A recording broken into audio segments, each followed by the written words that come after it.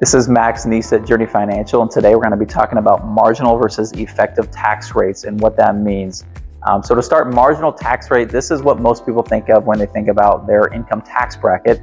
That is simply the next dollar of earnings that you have is going to be taxed at that particular tax rate. So for example, say you're making $50,000 of income as a single filer, you're in the 12% bracket, and that means the next dollar of earnings is going to be taxed at 12%.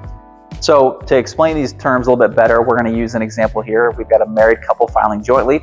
They have $160,000 of earned income, and they have 2 children. And we put in 2 children because they'll be able to qualify for the child tax credit of $2,200 a piece.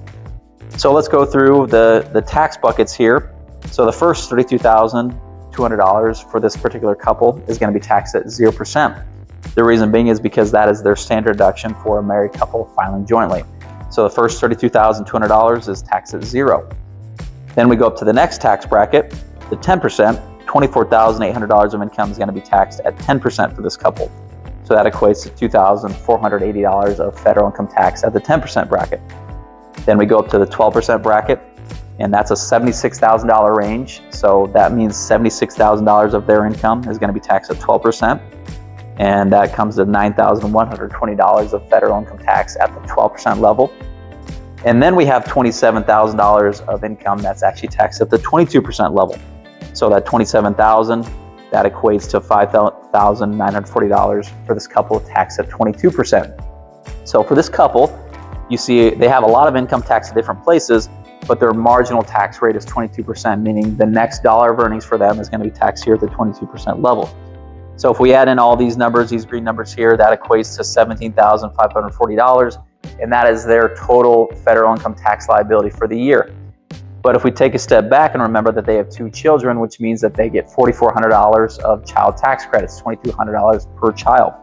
So we have our total income tax liability of $17,540 minus the $4,400 of the child tax credits, which brings the net total tax liability to $13,140.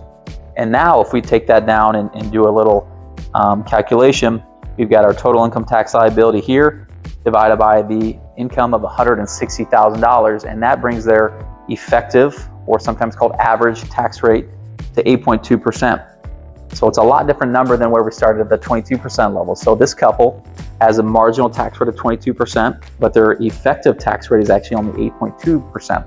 So this is a really important number and concept to understand for people, marginal versus effective, and things like deductions and tax credits really impact what your effective tax rate is. So just at a high level, that is the difference between marginal and effective. Thank you for watching, and we'll see you next time.